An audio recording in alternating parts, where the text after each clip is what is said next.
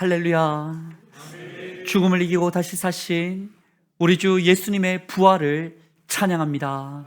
우리 부활하신 주님께 영광의 박수를 올려드리겠습니다.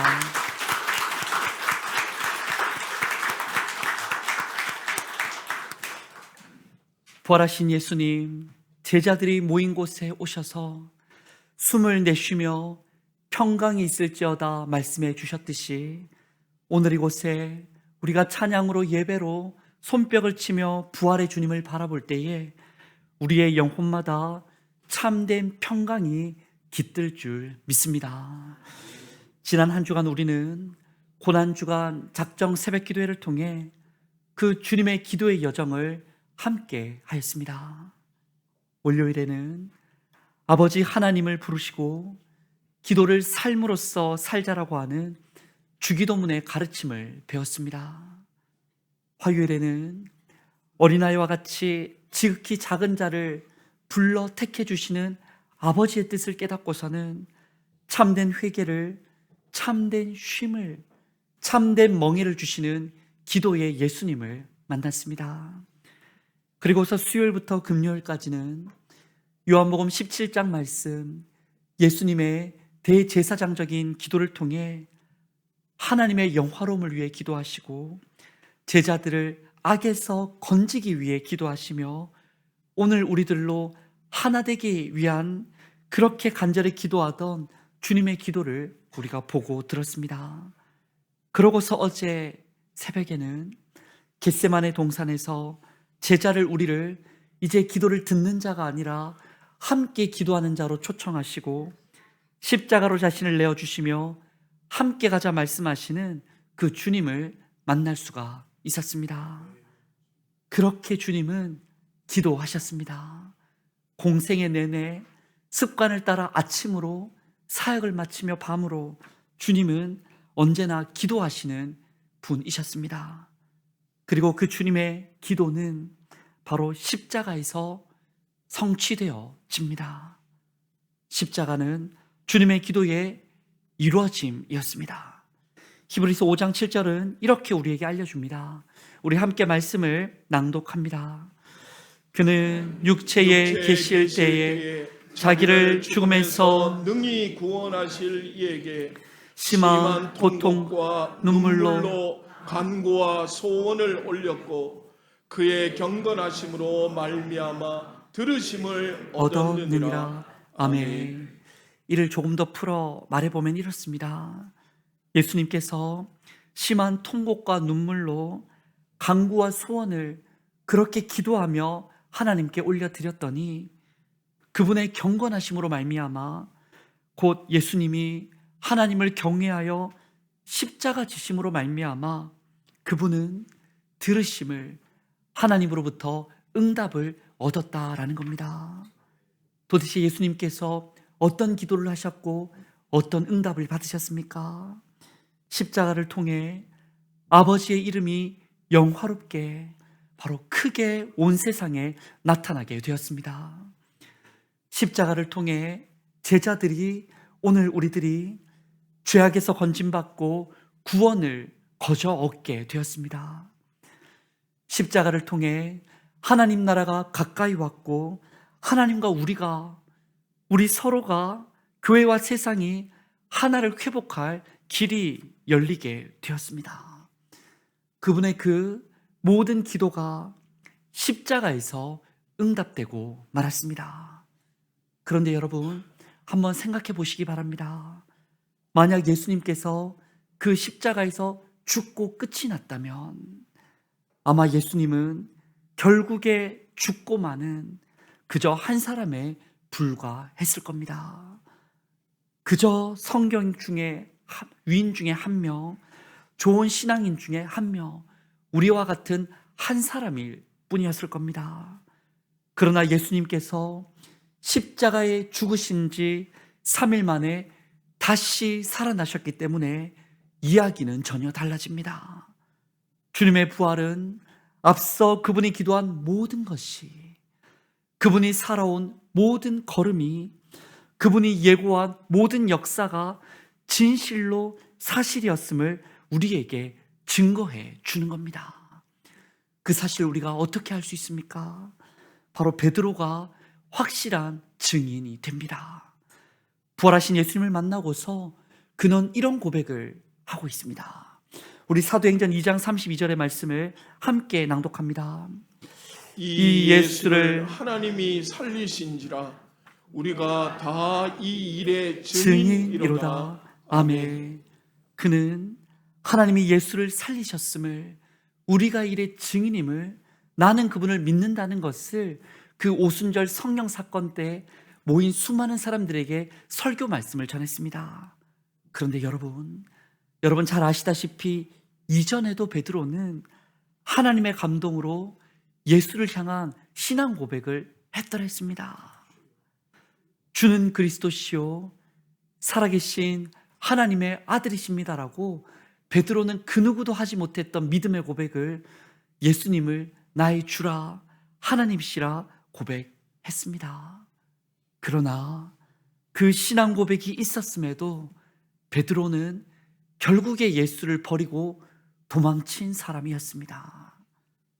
자신은 예수를 떠나지도 버리지도 않을 거라 장담했었지만 예수님을 3번이나 부인했던, 저주까지 하며 부인했던 사람 베드로였습니다. 그랬던 베드로가 변화되고 만 겁니다.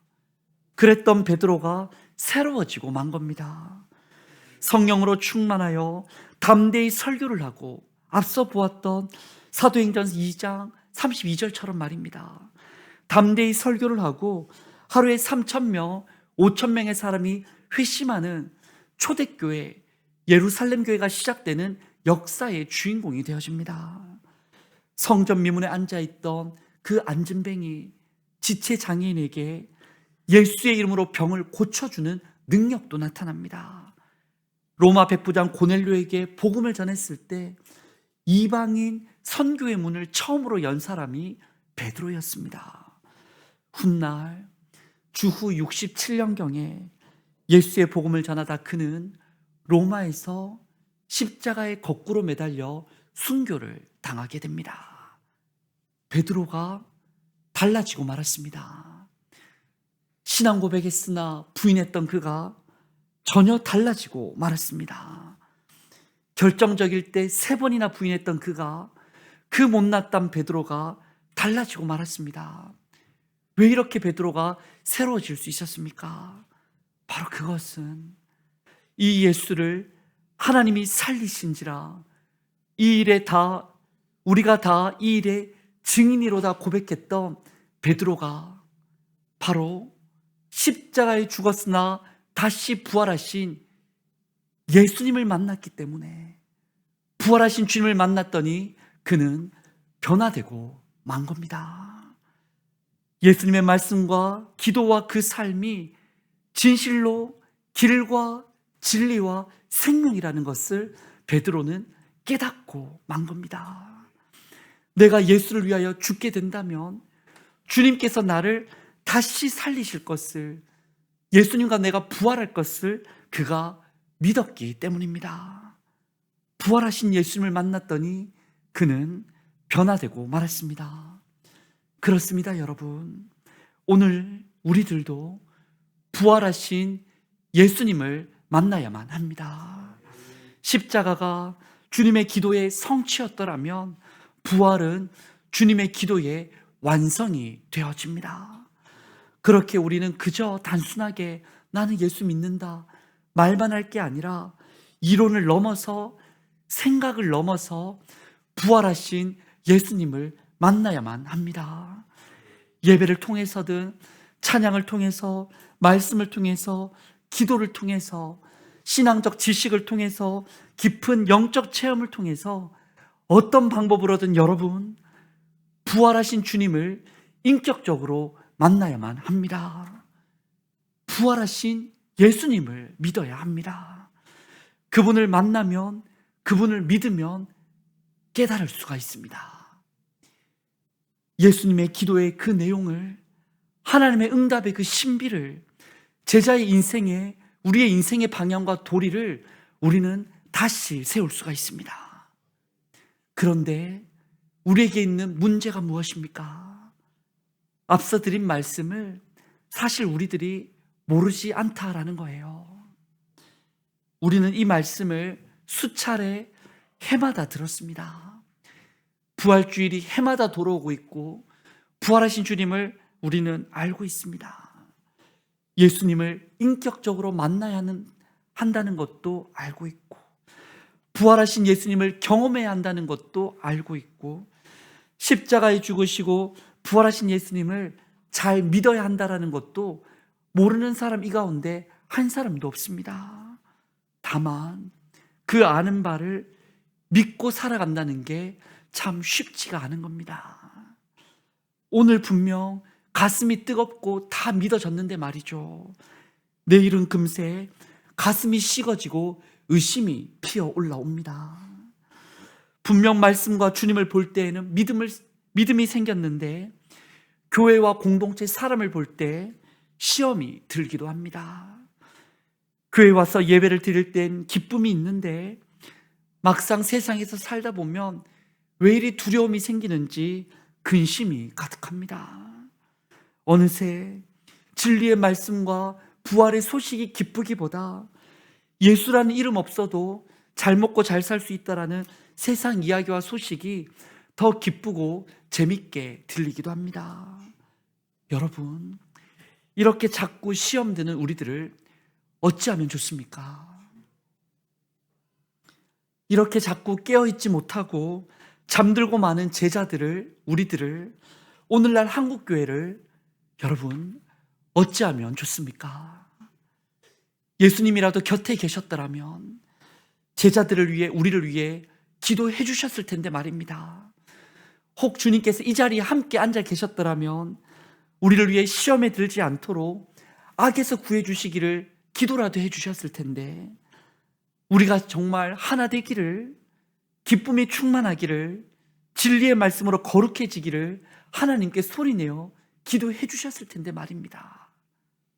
함께 기도하는 우리가 깨어나도록 얘들아 한 시간도 깨어 있을 수 없느냐라며 우리를 잠에서 깨워 주셨을 텐데 말입니다. 그런데 지금 예수님께서 우리 앞에 옆에 계시지 않으니 우리는 어쩌면 좋습니까? 오늘 함께 나누는, 함께 낭독한 성경의 말씀은 바로 그러한 연약한 우리를 위해 주님의 도움이 필요한, 너무나 필요한 우리 이 시대를 위하여 알려줍니다. 부활하신 예수님께서 계속해서 기도해주고 계시다는 사실을 우리에게 알려줍니다. 성경을 찾아보면 부활하고서 주님께서 딱 3번 기도를 하십니다. 3번 어느 곳에 어떤 기도를 하셨는지 오늘 함께 살펴보기를 원하는데요. 첫째로 누가복음 24장 30절에 이런 기도를 하시죠. 우리 함께 낭독해 봅니다. 그들과 함께 음식을 잡수실 때에 떡을 가지사 축사하시고 떼어 그들에게 주시니 아멘. 부활하신 예수님은 엠마오로 가며 슬퍼하던 2 제자와 함께 걸어가십니다. 함께 이야기를 나누시고 함께 식탁에 앉아 함께 먹으십니다. 그리고 떡을 가지사 축사하시고 그 예전 십자가에 달리시기 전에 제자들과 함께 식사하셨듯 다시 한번 식사하시며 축복하며 기도하시고는 떡을 떼어 제자들에게 나눠주십니다. 기도 소리가 울려 퍼질 때, 받은 떡을 제자들이 먹었을 때 그들은 영적인 눈이 열리고 슬픔은 떠나가고 기쁨으로 충만하며 부활하신 주님의 확신으로 다시 예루살렘으로 돌아갔더랬습니다. 곧 지금도 부활하신 예수님께서는 우리가 그분의 몸과 피를, 떡과 잔을 나누는 신앙 고백의 예배 자리, 성찬의 자리에 함께하고 계시고 기도하고 계십니다.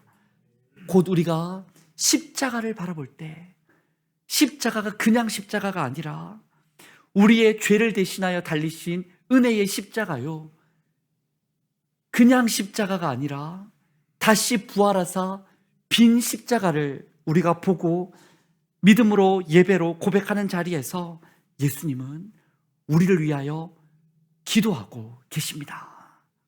지금 부활절 예배 가운데서도 예수님은 우리 가운데 함께 하시고 위하여 기도하고 계십니다. 바로 그 부활의 주님의 기도를 통해 우리의 영적인 눈이 더욱 떠지고 주님의 손길과 동행함의 은혜가 있기를 간절히 소망합니다. 또한 주님은 언제 기도하십니까? 예배의 자리뿐만 아니요, 누가복음 24장 50절과 51절 함께 낭독해 보겠습니다.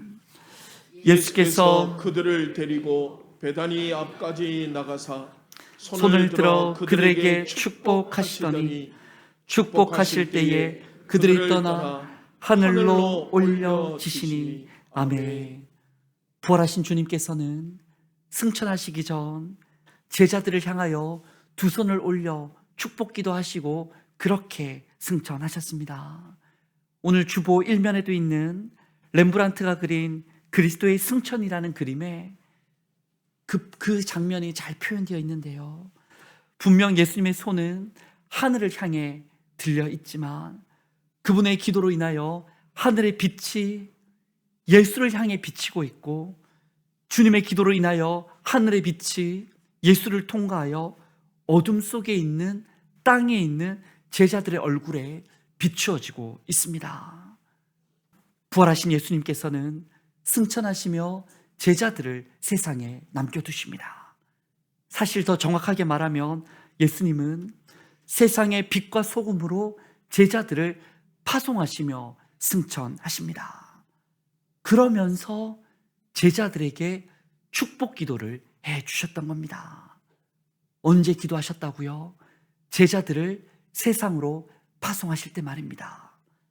지금도 부활의 예수님은 우리의 파송의 자리 가운데 함께 하시고 기도해 주십니다.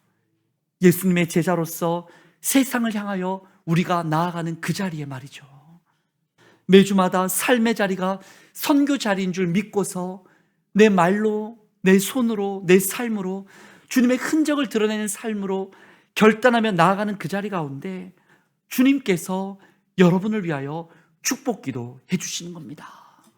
하늘의 빛이 여러분에게 비추어지고 있는 겁니다. 여전히 우리는 어둠 가운데 헤매이는 것 같지만 주님의 빛이 우리의 파송된 자리에 비춰짐을 믿고 한 주도 담대히 나아가는 우리가 되었으면 좋겠습니다. 셋째로, 예배 가운데 기도해 주시고 파송 가운데 기도해 주신 주님은 어디에서 기도해 주시는가? 우리 히브리서 7장 25절의 말씀을 함께 낭독해 봅니다. 그러므로 자기를 힘입어 하나님께 나아가는 자들을 온전히 구원하실 수 있으니 이는 그가 항상 살아계셔서 그들을 위하여 간구하심이라. 아멘. 말씀을 보았더니 부활하신 예수님께서는 하늘로 가셔서 하나님 보좌 우편에서 가만히 쉬고 계신 게 아니다라는 겁니다. 그 우편에 지금까지도 우리를 위하여 간구하고 계시다, 원어로 보면 중보기도하고 계시다라고 알려주십니다. 하나님 가장 가까운 곳에서 우리의 연약함을 변호하고 계시고 하나님께서 우리를 도와주시길, 이렇게나 연약하고 남겨진 예배하고 있고 파송받아 세상에 열심으로 나아가는 우리를 환난에서 건져주시길 예수님은 중보기도 하고 계시다는 거예요. 특별히 언제 누구를 위해서 기도하신단 말입니까? 함께 읽은 히브리서 7장 25절을 봤더니 자기를 힘입어 하나님께 나아가는 그 자들을 위해서 말입니다. 예수님으로 힘입어 하나님께 나아가는 자들, 주님의 이름으로 하나님을 찾는 자들, 주님의 이름으로 하나님께 기도하는 자들, 주님의 이름으로 매 삶의 순간 하늘을 우러러보며 탄식하며 은혜의 보좌를 구하는 자들에게 주님은 위하여 중보기도하고 계시고 역사하고 계시다는 것을 말씀해 주시는 겁니다. 사랑하는 성도 여러분, 부활은 과거에 있었던 일이 아닙니다. 부활은 지금도 우리 가운데 일어나는 주님의 실존인 줄 믿습니다. 지금까지 부활하신 예수님께서는 우리의 이 성찬과 예배와 신앙 고백 자리 가운데 우리와 함께 하사 기도하고 계시고 은혜로 먹여주시고 우리의 눈을, 영적인 눈을 뜨게 해 주셨습니다. 지금도 부활하신 예수님께서는 예배를 마치고 다시 삶의 자리, 선교 자리로 나아가는 우리를 향해 목회자가 손을 들어 축복하는 게 아니라 우리 주님께서 친히 손을 들어 축복하시고 우리를 세상의 빛으로 파송해 주시는 겁니다. 또한 앞으로도 부활하신 주님께서는 우리들이 시시때때로 예수님의 이름으로 간구하고 한 주간 주님의 기도를 배운 것을 붙잡고 내 기도 삼아 아버지를 찾을 때, 예수의 이름으로 기도할 때 때를 따라 돕는 은혜를 얻기 위해 은혜의 보좌 앞으로 내 골방에서 간절히 엎드리고 나아갈 때마다 그 하나님 보좌 우편에서 저 기도를 들어달라고, 저 기도를 주목해 달라며, 저 영혼을 도와달라며 지금도 우리를 위해 쉬지 않고 중보하시며 살아있는 기도의 능력이 되어 주시는 겁니다.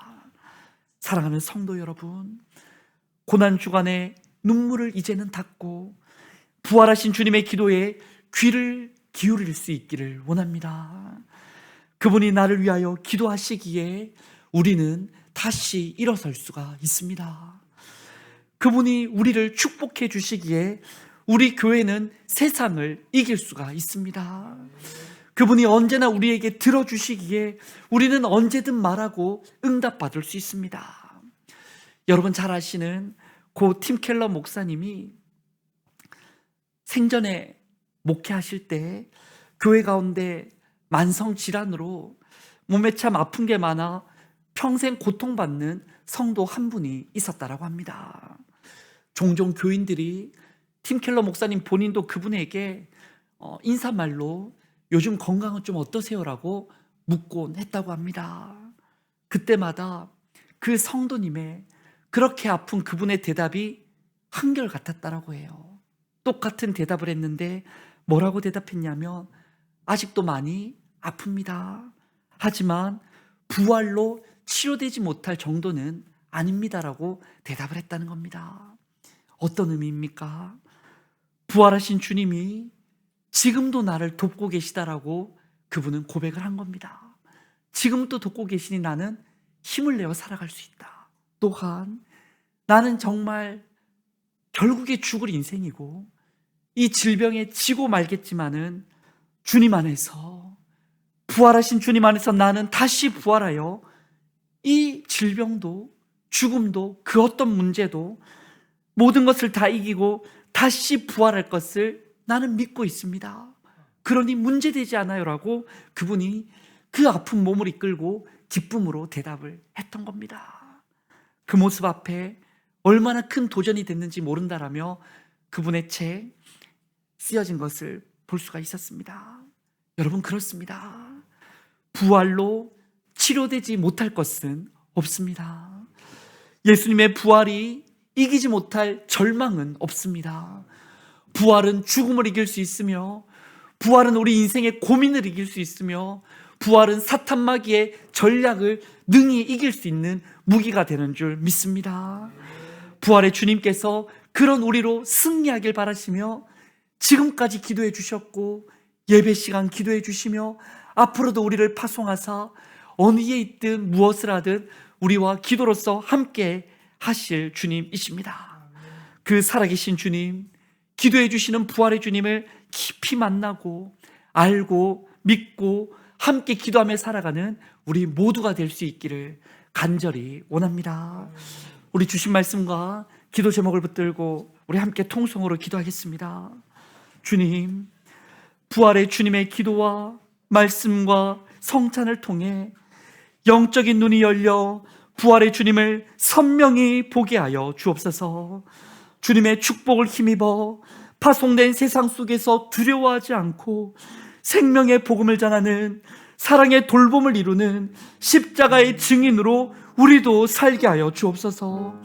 지금도 보좌 우편에 우리를 위해 간구하시는 주님의 중보를 굳게 믿고서 어떤 고난과 흑암 속에서도 결코 좌절하지 않고 다시 일어나는 하나님 나라를 경험하는 모두가 되도록 주여 도와주시옵소서라고 우리 함께 통성으로 기도하겠습니다.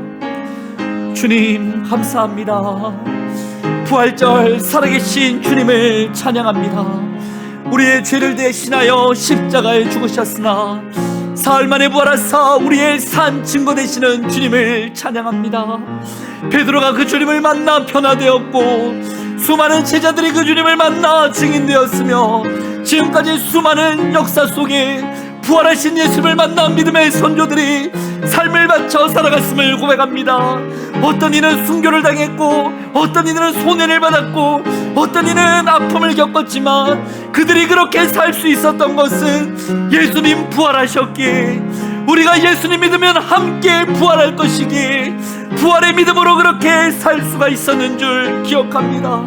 우리도 부활하신 예수님 만나게 하여 주시옵소서. 부활하신 예수님 믿게 하여 주시옵소서. 부활하신 예수님으로 살아나게 하여 주시옵소서.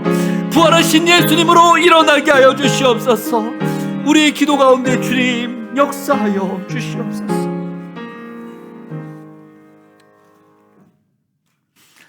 생명이요 부활이신 주님, 주님의 기도가 십자가로 성취되고 부활로 완성되었음에 감사와 찬양을 드립니다. 엠마오로 내려가던 제자들처럼 절망과 근심으로 어두워진 우리의 영적인 눈을 부활절 예배의 이 시간 말씀 가운데 예배 가운데 밝히 열어 주옵소서. 예배 후에 다시 세상으로 나아가는 우리를 향하여 두 손을 높이 들어 축복하시는 주님의 파송으로 인해 세상 속에서도 두려움 없이 담대히 빛과 소금으로 살게 하여 주옵소서.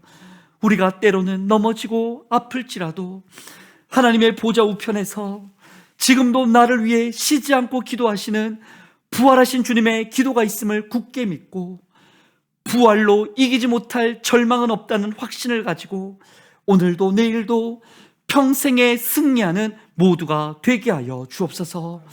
우리를 위해 죽으시고 우리를 위해 다시 사신 예수님의 이름으로 기도드립니다. 아멘.